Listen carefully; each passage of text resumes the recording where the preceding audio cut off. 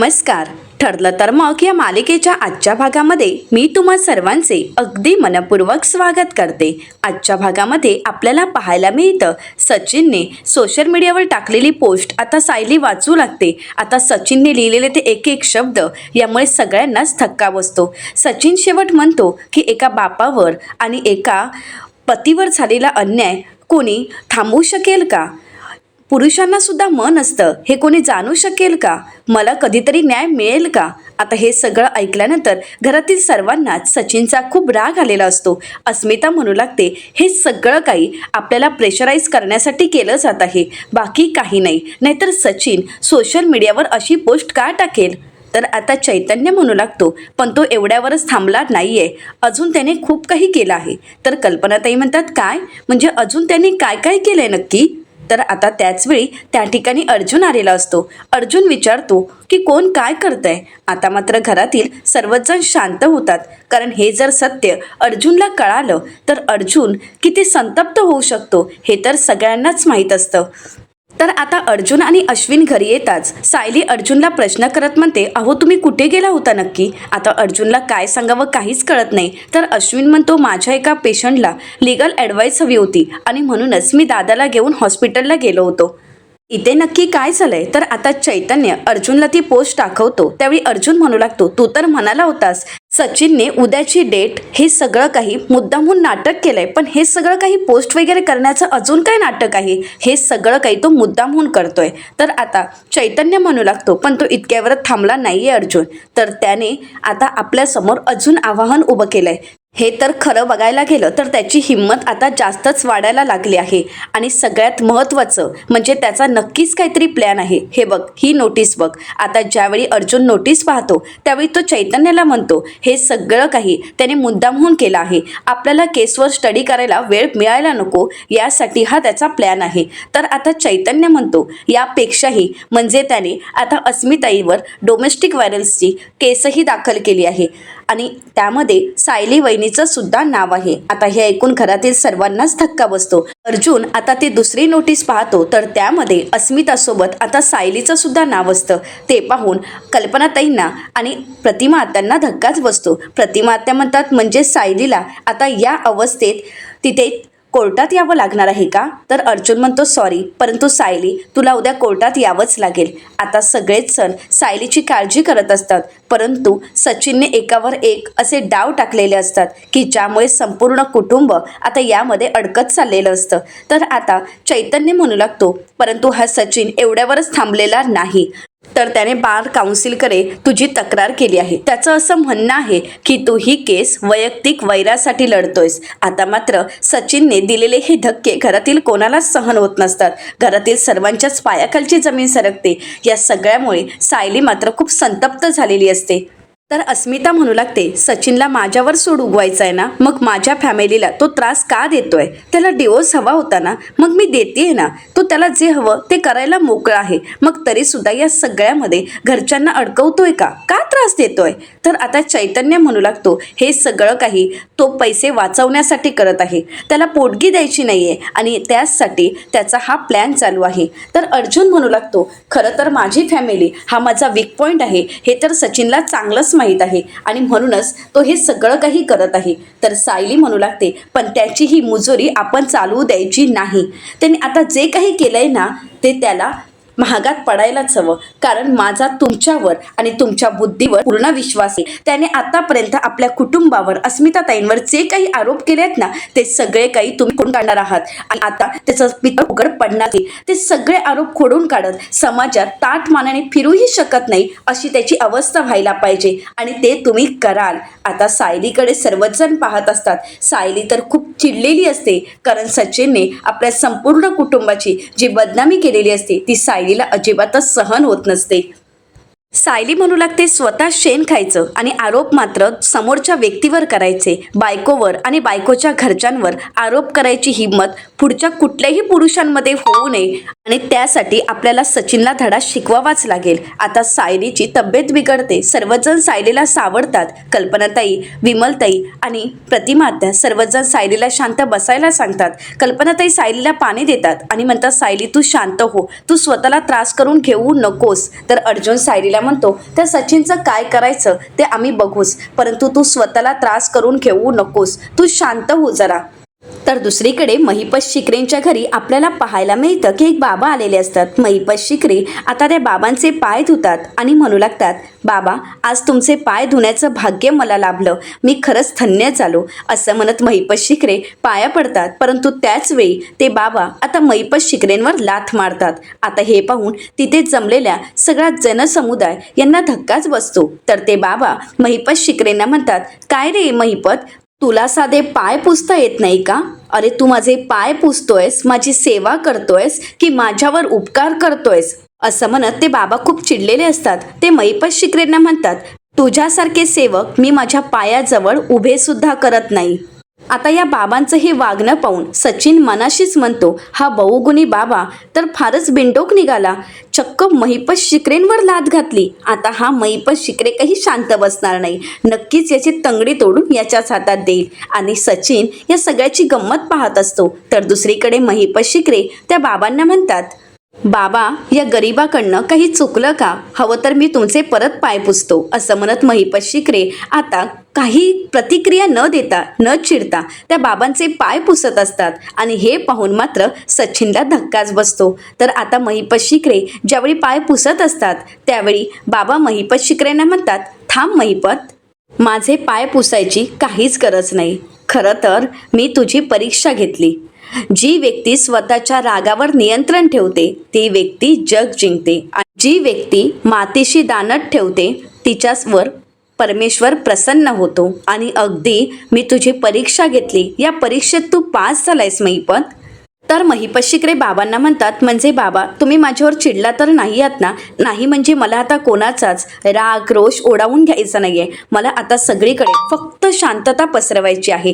तर आता बाबा महिपत शिकरेंना म्हणतात, अरे पण महिपत तू तर गुंड होतास ना?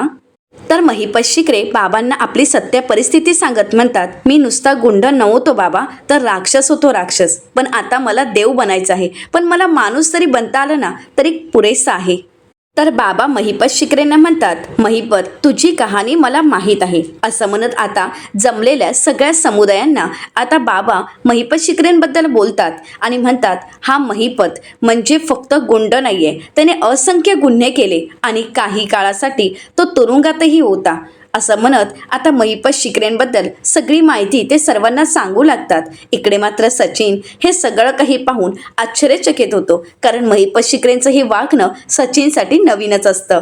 तर दुसरीकडे सुभेदारांच्या घरी आपल्याला पाहायला मिळतं इन्स्पेक्टर सावंत घरी आलेले असतात. आता चैतन्य आणि इन्स्पेक्टर सावंत यांची चर्चा चालू असते आणि त्यामध्ये आता अर्जुनही सामील होतो. परंतु अर्जुनच्या मागे मागे आता सायली सुद्धा तिथपर्यंत आलेली असते. आता अर्जुन म्हणतो, तू का आली आहेस इथे? तर सायली म्हणते, बरं तुम्ही उद्याच्या केसबद्दल काय ठरवलं आहे? उद्या तुम्ही सचिनला काय प्रश्न विचारणार आहात? तर आता अर्जुन सायलीला म्हणतो, तू का आली आहेस इथे? सायली म्हणते, अहो मला झोपच येत नव्हती, म्हणून म्हटलं की थोडं या केसबद्दल आपण सुद्धा तुम्हाला मदत करावी. अर्जुन म्हणतो, नाही तुला आरामाची गरज आहे आणि तू जाऊन आराम करायचा आहेस. तर सायली म्हणते, अहो नाही मला झोपच येत नाहीये. अर्जुन म्हणतो, नाही मी तुला सांगितलं ना की तू आराम करायचा, मग जा, तुझी आरामाची वेळ झाली आहे. तर सायली म्हणते, नाही तसंही तुम्ही झोपेसाठी जो अलार्म लावला आहे तो अलार्म तर अजून झालाच नाहीये. तर अर्जुन म्हणतो, नाही मी सचिनसारख्या माणसाच्या कुठल्याही अशा केसेसबद्दल तुला ताण घेऊ देणार नाही. तर सायली म्हणते, अहो पण मी ताण घेणारच नाहीये. तर अर्जुन म्हणतो, नाही मी तुला एकदा सांगितलं ना, तू जावर आणि झोप, तू आराम कर. तर सायली म्हणते, भाऊजी तुम्ही तरी सांगा ना. आता चैतन्य अर्जुनला काही सांगायला जाणार तर अर्जुन म्हणतो, तो काय मला सांगणार आहे? तुझ्या हेल्थच्या बाबतीत मी कुठलीही निष्काळजीपणा करू देणार नाही किंवा कोणाचं काही ऐकून घेणार नाही. त्यामुळे आता वर जायचं आणि फक्त आराम करायचा, विषय संपला. असं म्हणत अर्जुनने सायलीला सक्त ताकीद दिलेली असते. सायली पाहते तर आता इन्स्पेक्टर सावंतही त्या ठिकाणी असतात. त्यामुळे सायली काही न बोलता गुपचूप तिथून निघून जाते. तर त्यानंतर आता अर्जुन, चैतन्य आणि इन्स्पेक्टर सावंत यांची सचिनच्या केसबद्दल चर्चा सुरू होते. तर अर्जुन चैतन्यला म्हणतो, चैतन्य मी तुला त्या कॅनडामध्ये सचिन नक्की काय काम करत होता याची इन्फॉर्मेशन काढायला सांगितली होती, त्याबद्दल काही कळालंय का? तर चैतन्य म्हणतो की हो, माझे तिथे काही कॉल झाले आहेत, होपफुली आपल्याला नक्कीच काहीतरी माहिती मिळेल. तर इन्स्पेक्टर सावंत आता अर्जुनला विचारतात की अर्जुन सर, तुमचा नक्की प्लॅन काय आहे? तर अर्जुन म्हणतो की सांगतो. असं म्हणत अर्जुन त्याचा प्लॅन आता चैतन्य आणि इन्स्पेक्टर सावंत यांना सांगत असतो. तर दुसरीकडे महिपत शिकरेंच्या घरी आपल्याला पाहायला मिळतं. महिपत शिकरे बाबांना म्हणतात, बाबा, हे सगळं काही फक्त तुमच्यामुळे शक्य झालं. म्हणजे मी ज्यावेळी जेलमध्ये होतो, माझी शिक्षा भोगत होतो, त्यावेळी मला तुमचा साक्षात्कार झाला. तुम्ही मला म्हणालात, ए महिपत, आता हे सगळं वागणं सोड आणि चांगली वागणूक सुरू कर. बघ, तुझ्या आयुष्यात सगळं काही चांगलं घडेल. आणि त्याचवेळी मी चांगलं वागायला सुरुवात केलं आणि माझ्या या चांगल्या वागण्यामुळे काय झालं, त्या जेलरने मला लवकर सोडून दिलं. माझ्या चांगल्या वागणुकीमुळे मी परत घरी आलो. हे सगळं काही फक्त बाबा तुमच्यामुळे शक्य झालंय. बाबा, आता मी ठरवलं आहे, मी तिरडीवर जाईपर्यंत एकही पाप करणार नाही. आता जे करेन ते जगात शांतता पसरेल यासाठीच प्रयत्न. बाबा, म्हणूनच मी तुमच्या चरणाशी लीन झालो आहे. तर आता बाबांना हे सगळं ऐकून समाधान वाटत असतं. महिपत शिकरे म्हणू लागतात, तुम्ही सुद्धा कोणी जर पाप केलं असेल तर बाबांच्या चरणावर ते पाप धुवून टाका आणि बघा, आयुष्यात सगळं काही चांगलं होईल. तर आता बाबा महिपत शिकरेंना म्हणतात, महिपत, मी तुला मगाशी म्हणालो होतो की मी तुला माझ्या पायाजवळ सुद्धा उभं करणार नाही, पण मला आता तुला माझ्या पायाकडे उभं करायचंच नाहीये, तर हृदयाशी कवटाळायचं आहे. आजपासून तू माझा शिष्य आणि या सगळ्या भक्तजनांना तू शांततेचा मार्ग आणि माझ्या सगळ्या शिकवणी सांगायच्या आहेत आणि यासाठी मी तुझी निवड केली आहे. असं म्हणत बाबा महिपत शिकरेंना हृदयाशी कवटाळतात, जवळ घेतात. आता सर्वच जण महिपत बाबा की जय असं म्हणत घोषणा देऊ लागतात. तर इथे सचिन मनाशीच म्हणतो, या अण्णांचे हे माकडचाळे पाहण्यापेक्षा आता मला उद्याच्या केसबद्दल तयारी करायला हवी.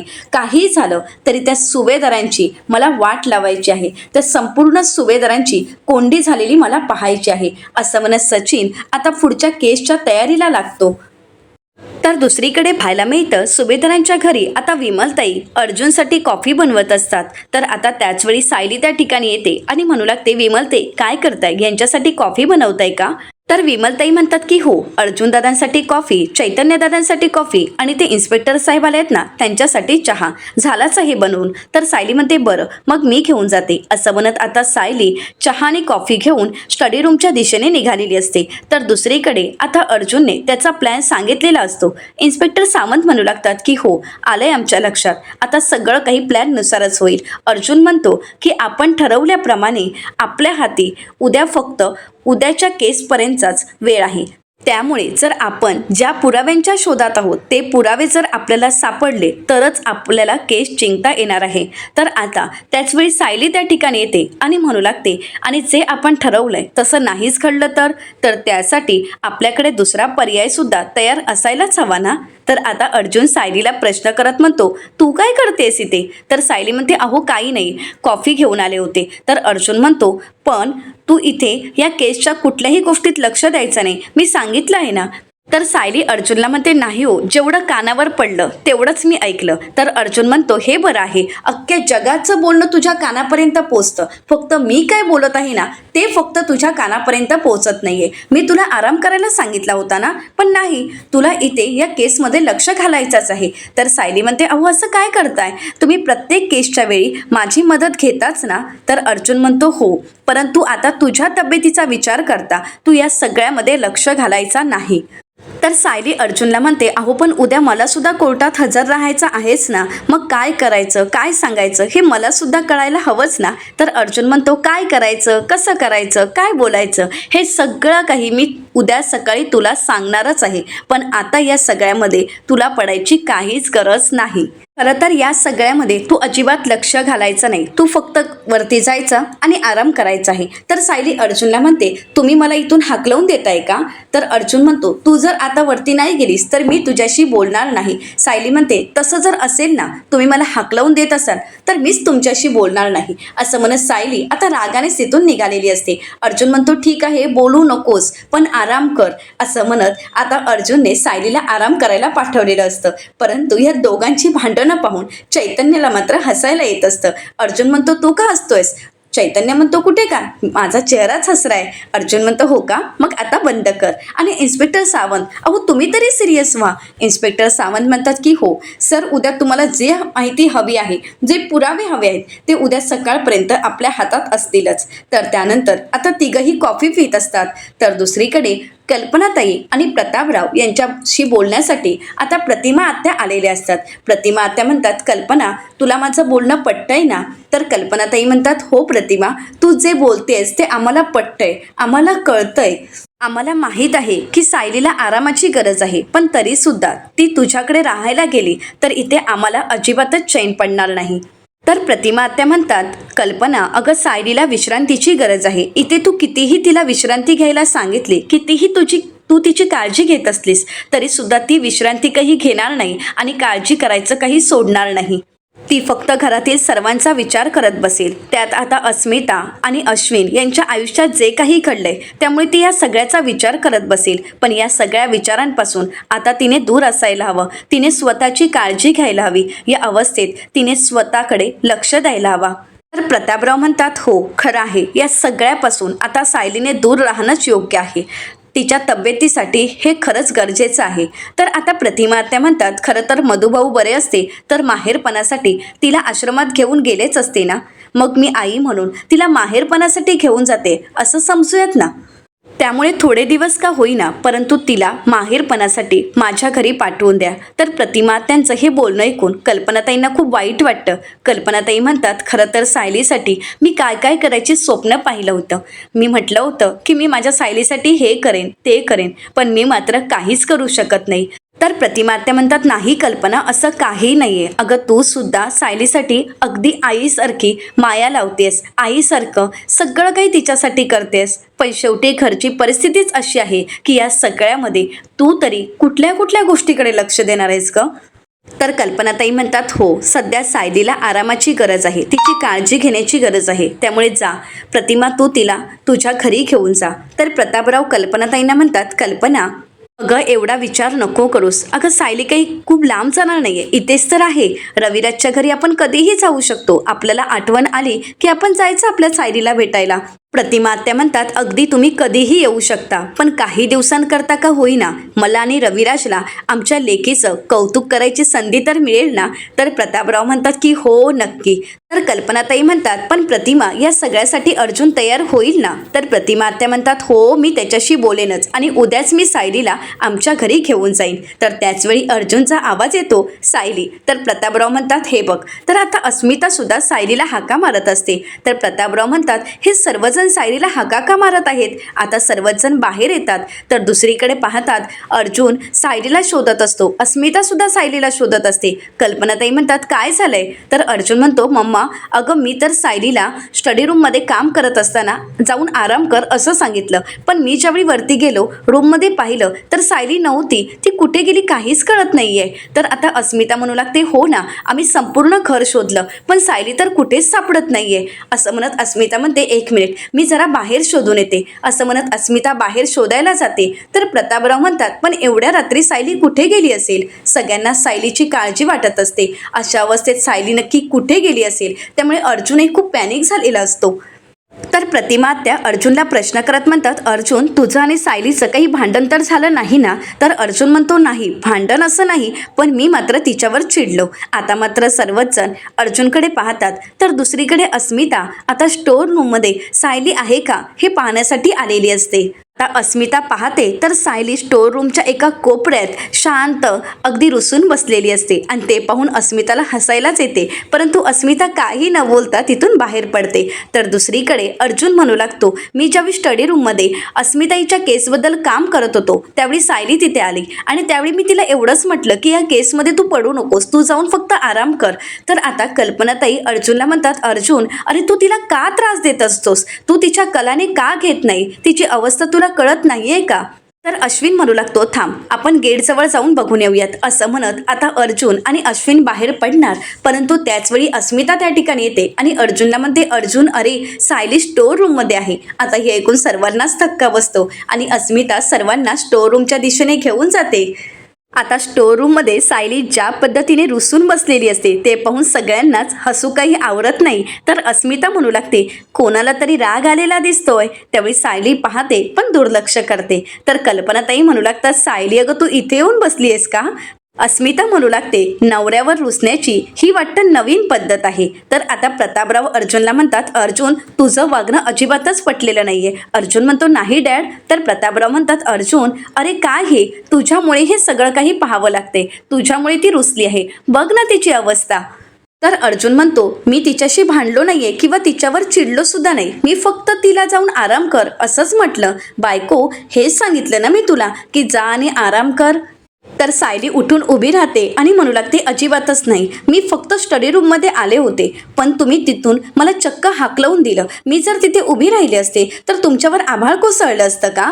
पण नाही, तुम्ही माझं काही ऐकूनच घेतलं नाही. अर्जुन म्हणतो, सॉरी सॉरी, पण आता रुसू नकोस ना. तर आता सायली अर्जुनला अगदी लहान मुलासारखं रागावत म्हणते, आता सॉरी म्हणून काय उपयोग आहे? मागाशी तर माझ्यावर चिल्ला होता आणि मला हाकलवून दिलत ना तुम्ही. अर्जुन सायलीला म्हणतो, सॉरी माझं चुकलं, आता मी काय करू, उठाबशा काढू का? असं म्हणत अर्जुन उठाबशा काढतो. तर सायली म्हणते, बस पुरे हा, उगाच लगेच उठाबशा वगैरे काढायची काहीच गरज नाहीये. तर आता सर्वच जण सायलीकडे पाहतात. तर अस्मिता म्हणू लागते, पण सायली खरंच तुझी रुसण्याची पद्धत मात्र आम्हाला आवडली. तर विमलताई म्हणतात, सायलीताई आज जे काही वागले आहेत ना ते खरंच खूप वेगळं होतं. तर अस्मिता म्हणते, प्रेग्नेन्सीमध्ये असे मूड बदलत राहतात. अर्जुन आता मनाची तयारी ठेव, कारण आत्तापर्यंत सायली जसं वागली नव्हती तसं वागण्याची शक्यता आहे. तर प्रतापराव म्हणतात, ते काही असू देत, परंतु सायलीची ही रुसण्याची पद्धत पाहून मात्र आपल्या सगळ्यांचं टेन्शन थोड्या वेळासाठी का होईना पण दूर झालं.